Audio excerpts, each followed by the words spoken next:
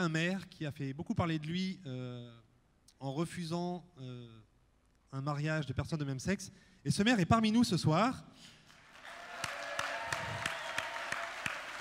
Jean-Michel Collot, le maire d'Arcang.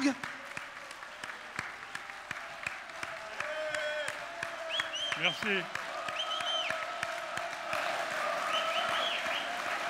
Moi, ce que je vois... Merci.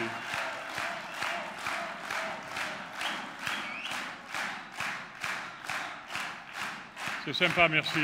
On remercie le Pays Basque quand même qui nous fait l'honneur d'avoir Jean-Michel Collot, d'avoir le docteur On va voler plus bas. C'est des travaux pratiques, c'est l'histoire de 7 élus, un maire et 6 adjoints d'un petit village du Pays Basque qui se réveille à la 3e manifestation. On fait un tour à Paris, on est subjugué par, je répète ce qu'on a tous ressenti, ce qu'a dit Nicolas, ce qu'a dit Pascal. Et quand on est rentré de Paris, on s'est dit quand même... et juste sur les entrefaites, une perte. C'est plus ce qu'il faut dire, parce qu'il faut se méfier aussi. Vous verrez, la fin, elle est triste. On a 2 messieurs qui viennent nous voir et qui me disent on voudrait se marier. Alors je dis non, attendez, alors là, je vais vous dire, vous avez tapé la mauvaise porte. Ici, on ne va jamais vous marier. Et le gars me dit oui, d'accord, mais la loi n'est pas encore votée, mais dès qu'elle sera votée, qu'est-ce que vous ferez? Je dis écoutez, d'abord on verra, mais je pense qu'on restera sur la même position. Donc on fait un tour de chauffe. Je teste mes adjoints, ils étaient solidaires avec moi, parce que quand même ce qu'il faut savoir, c'est que le maire est officier d'état civil, à égalité avec ses adjoints, et je n'aurais pas pu interdire à un de mes adjoints de faire le mariage, donc si vous voulez, il fallait qu'on soit quand même solidaires. Et on a eu la chance de pouvoir, comme me disait un de mes adjoints à la réunion du jeudi hier, il me disait, alors je disais je vais à Toulouse, etc., et il me disait, tu leur diras qu'on a bien rigolé pendant un mois. Alors j'ai trouvé ça marrant, c'est pour ça que je vous le redis. En fait, on a bien rigolé parce que, bien sûr, le sujet était grave, mais on ne voulait pas se la jouer et on s'est accroché. Alors vous allez voir, on a eu, donc on me disait qu'il fallait que je parle des pressions que nous avions eues. La première grosse pression qu'on a eue, c'est la pression informatique. On a reçu en 3 semaines, tenez-vous bien, plus de 100 000 emails, lettres, témoignages écrits, etc., à telle enseigne qu'il faut savoir qu'à l'heure, je crois que c'est 300 emails qui passent dans vos informatiques. On avait la mairie et mon cabinet, on était complètement submergés, on ne pouvait plus bosser, on n'arrivait pas à les arrêter. Et ceci étant, je remets les choses à leur place, ces petits problèmes techniques étaient largement compensés par le bonheur de certaines lettres qui étaient écrites et tournées, mais on lisait, on les a tous édités. Alors tout à l'heure, on m'a fait la remarque, et chaque fois que je sors et qu'on me dit « Ah, vous n'avez pas répondu aux emails », je dis « Écoutez, on en a eu tellement qu'on ne pouvait pas répondre à tout le monde. » Et je m'excuse pour ceux qui sont dans la salle, qui n'ont pas eu la réponse, ils l'ont aujourd'hui de vive voix. On a été très touchés, et ça nous a beaucoup encouragés, en fait, de voir qu'on n'était pas tout seul sur la même ligne, avec des différences importantes, certes, parce que finalement, chacun réagit à sa manière, avec sa culture, sa philosophie, sa religion, etc. Mais quand même, on avait tous ces témoignages. Et je n'ai répondu, je dois vous le dire, qu'aux homosexuels qui me disaient, j'en ai reçu une petite dizaine, voilà, on est entièrement d'accord avec vous, on est contre le mariage et on est homosexuel, on assume, etc. Et je leur répondais pour leur dire, écoutez, il y en a qui m'ont touché parce qu'on ne se rend pas compte, des fois on parle librement et on peut blesser des gens qui finalement vivent leur vie comme ils en ont envie. Et en fait, ça nous a permis de resituer les problèmes. La sphère privée d'un couple homosexuel et le mariage sont 2 choses totalement différentes. Le mariage, c'est un homme et une femme, c'est des enfants. Il faut revenir sur le vrai sens des mots.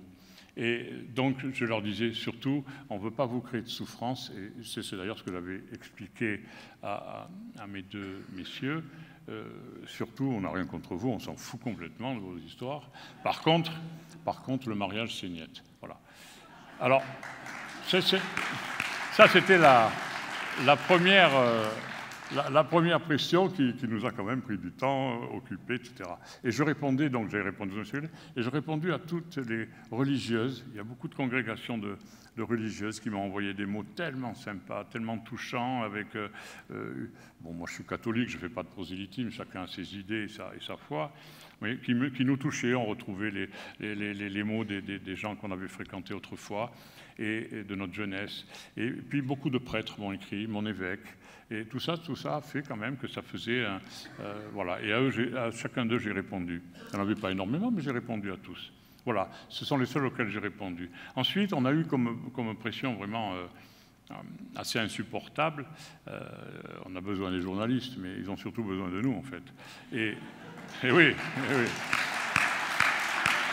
Et on les intéresse que si on se démarque du courant. Et là, vraiment, pour le fait, c'était une démarcation assez significative.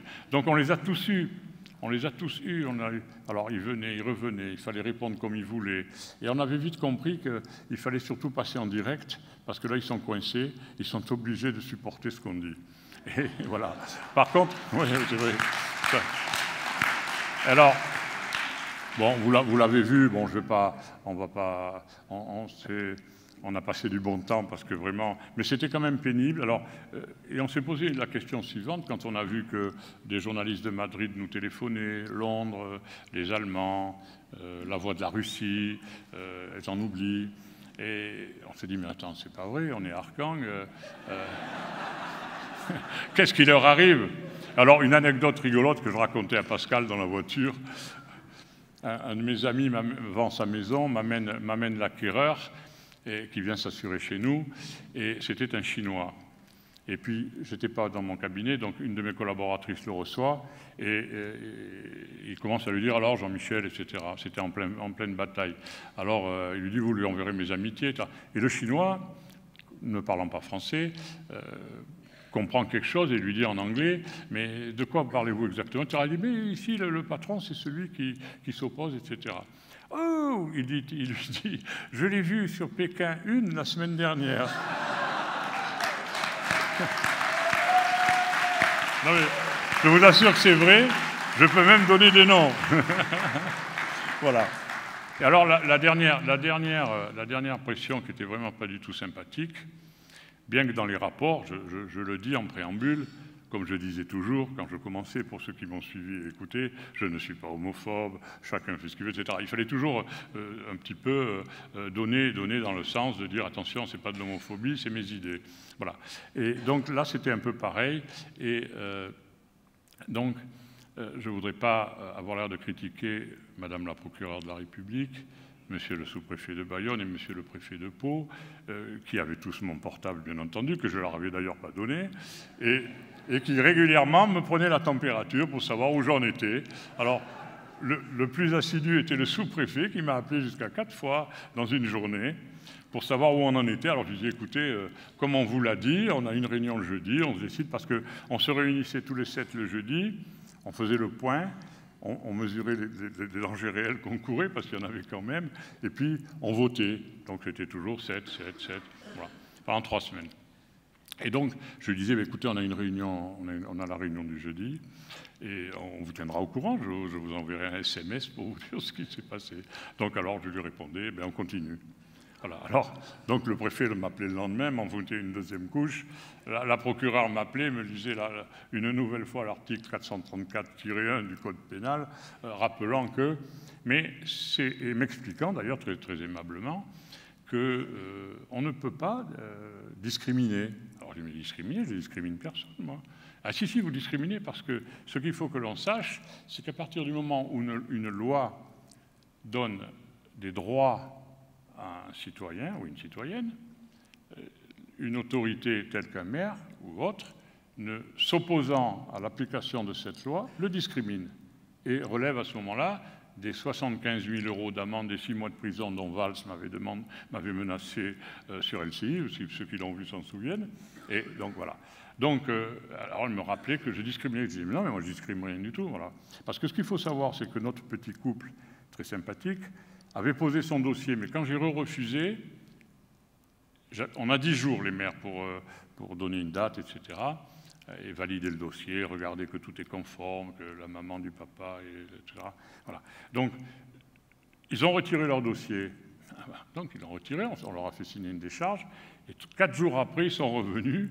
Et là, ils avaient été un petit peu reconditionnés par LGBT, la nouvelle voie de très rapide.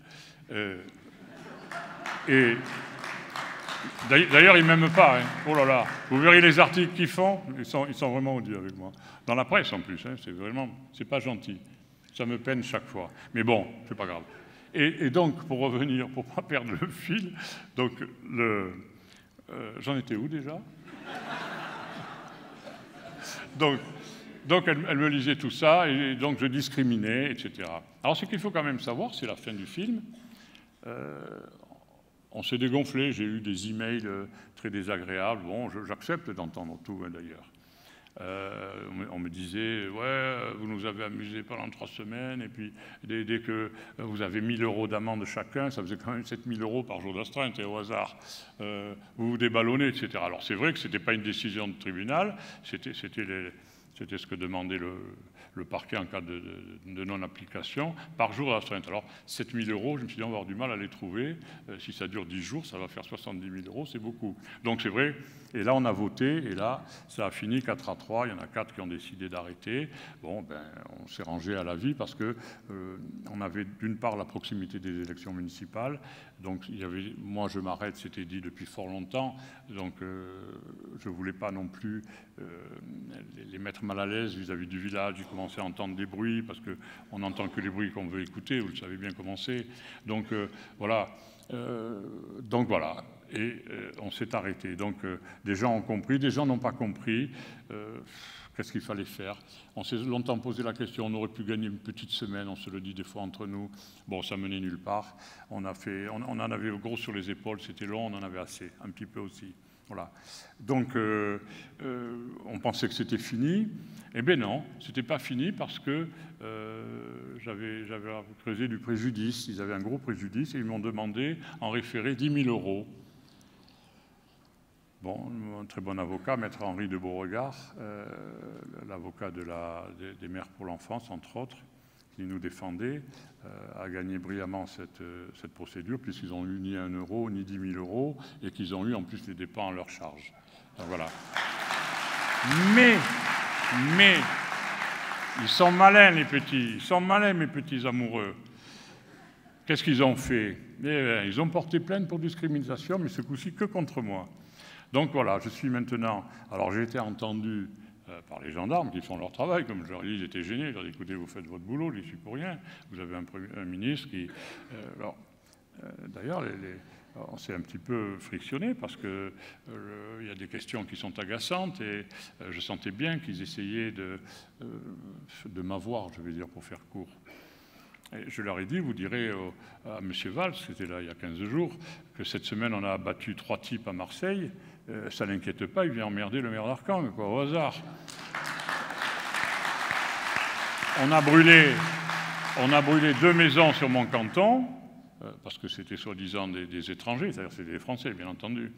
Donc on avait brûlé 2 maisons, je leur ai dit, écoutez, est-ce que vous avez arrêté les mecs au lieu de m'emmerder à m'interroger sur ces trucs-là? Bon, voilà. J'ai dit, ceci étant, je respecte la gendarmerie, vous faites le boulot, il n'y a pas de problème. Bon. Ils m'ont entendu. Ils ont eu de nouvelles instructions pour entendre mes adjoints. J'ai donné le feu vert, bien entendu. Ils sont revenus à la charge pour entendre la secrétaire de mairie qui s'était occupée des dossiers, pour voir si je lui avais mis une arme sur le ventre pour faire quoi que ce soit, je ne sais pas quoi, mais bon. Maintenant, ils en sont à... On avait eu 2, vous l'avez lu dans la presse, 2 conseillères municipales, dont une a démissionné à la suite de toutes ces histoires, ce qui était son droit le plus absolu, qui voulaient faire le mariage, mais je refusais, je ne voulais pas déléguer quelque chose que je n'avais pas envie de faire à quelqu'un d'autre. Je ne passais pas la patate chaude. Voilà. Donc ils sont en train de les interroger et on sait, parce que dans nos petits pays tout se dit, que c'est sur instruction de Valls et qu'ils essaient à tout prix de me coincer pour me faire condamner pour discrimination. Là, ce serait leur gros panard. Eh bien, écoutez, je vous annonce qu'ils ne sont pas au bout de leur peine et que je ne suis pas encore condamné et que je vous souhaite une bonne soirée, que j'ai été très heureux d'être avec vous. Et vous savez, vous m'applaudissez, c'est sympa, mais on est une grande chaîne et on est chacun de nous un maillon de la chaîne. Et tout le monde est important. Merci, messieurs, dames. Bonne soirée. Merci.